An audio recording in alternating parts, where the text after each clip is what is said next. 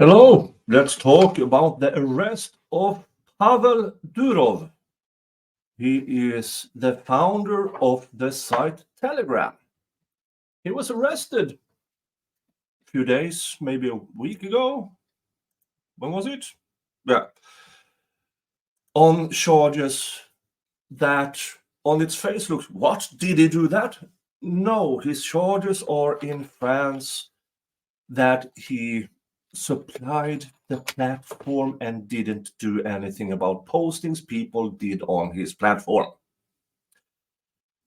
Now, what is the issue with that? And the issue is about EU law or the European Union laws when it comes to platforms. So let's get into it a bit.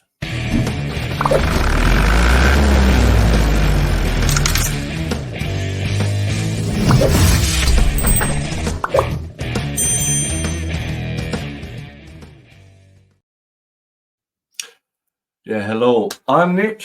You might know me from my trial streams where I cover American trials.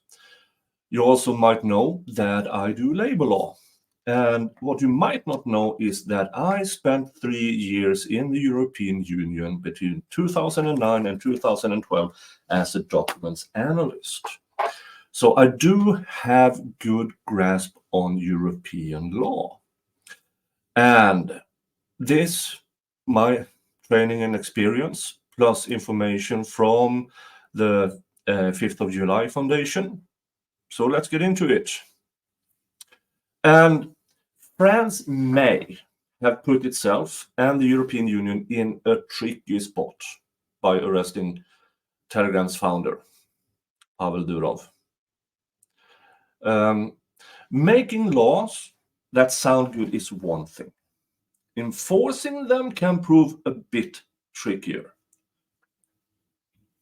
When it comes to EU law, which in any case is, in theory, superior to French law, the issue of messenger immunity, the merconduit, goes back to the old e-commerce directive. And those rules are now found in the EU's Digital Services Act, DSA. Whoever provides a communication service, e.g. connection or an interpersonal communication service, cannot be held responsible for things he is not aware of. Thus, a service cannot be held responsible for what the users do. General monitoring of content is not permitted. However, DSA assumes that the service removes illegal content if it discovers or becomes aware of such. And exactly what is illegal is determined by politics and local law and EU. There's a lot of ways. But in this context, it may be worth noting that the European Union is about to make hate a European Union crime in the same class as terrorism and arms smuggling. Now, what is hate? Yeah, you tell me. It is extremely vague, and it might be up to the local states, the countries within the European Union to determine that. But it is not in place yet on the European Union level. However, whoever initiates and modifies what is spread is responsible for its content. Then you are at an editorial service rather than a communication service. What then applies in the case of Telegram? As I just said, DSA forces operators to remove illegal content that they become aware of, which Telegram, if we understand the French charges correctly, has not done. Thus, the operator is held jointly responsible for the crimes committed with the service. It is a bit like holding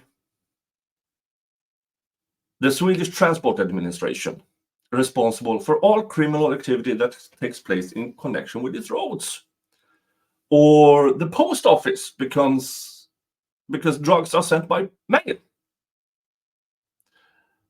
On the other hand, both are obligated to act if they become aware, blah, blah, blah, blah, blah. Here it must first be established as what Telegram was or was made aware of in the content in question. And that is really about illegal content, which in itself can be an interesting process. The next question is what is actually meant by Telegram or Durov being complicit in the crimes that may or may not have been committed or planned on the platform. To demand the same responsibility as from the actual perpetrator feels a bit unreasonable. But it's not just about illegal content per se. Above all, the French and the European Union want Telegram to cooperate for targeted surveillance and mass surveillance. This is part of the European Union's war against encrypted communications. Yes, you heard me right. European Union does not like peer-to-peer encryption or end-to-end user encryption. They really, really want to ban that, or at least create backdoor access. Now, Telegram does not have end-to-end encryption by default.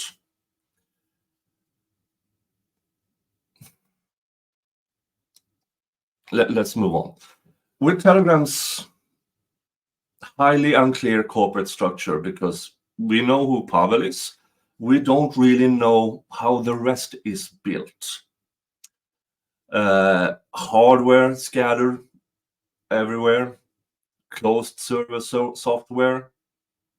So it can be tricky for the authorities to force Telegram to do anything at all.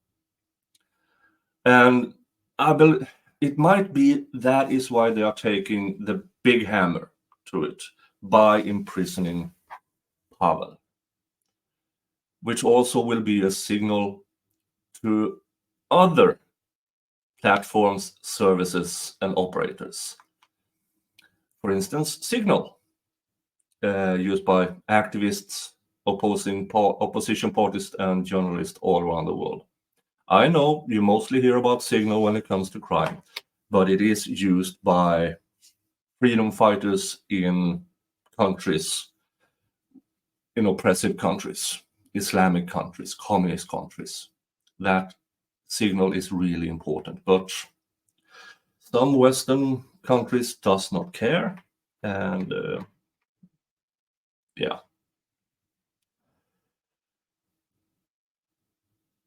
What the European doesn't seem to think about, and the French and a lot of other countries, is that if you force a messaging platform to create backdoors to encrypted communications, you just don't open up users' messages to European authorities.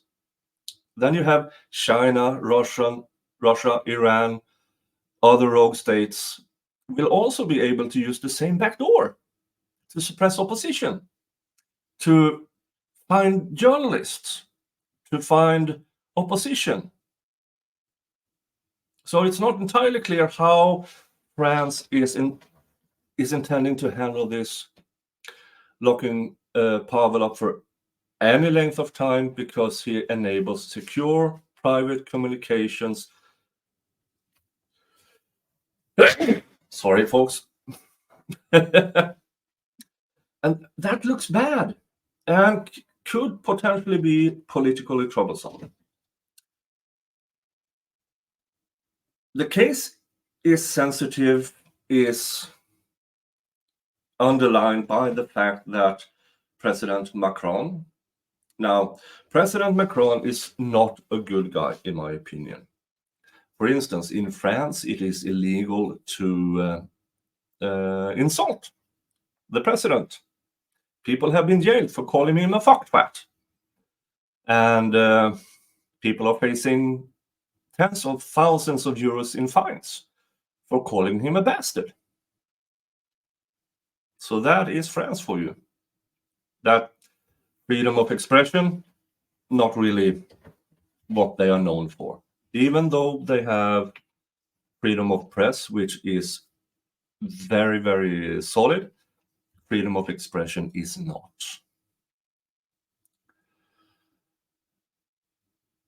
Everything is complicated, that it is unclear whether Telegram is driven by a principled approach to free and private communications, or whether the service has inappropriate connections to Russia, and if so, in what way, if national security is involved. Parts of this case may be classified, which also then prevents media and the public from checking if the process is actually correctly done. So it's a wasp's nest. And what happens can be prejudicial. And that is because the DSA has not previously been tried seriously in European high courts. So it is a complicated situation. But in the baseline is, do we hold platforms responsible for its content, and to which degree should a platform be criminally responsible for its content? That's the big question. In my opinion, France has overstepped based on European law. But that is currently not of France's concern. So there you have it. That is my opinion about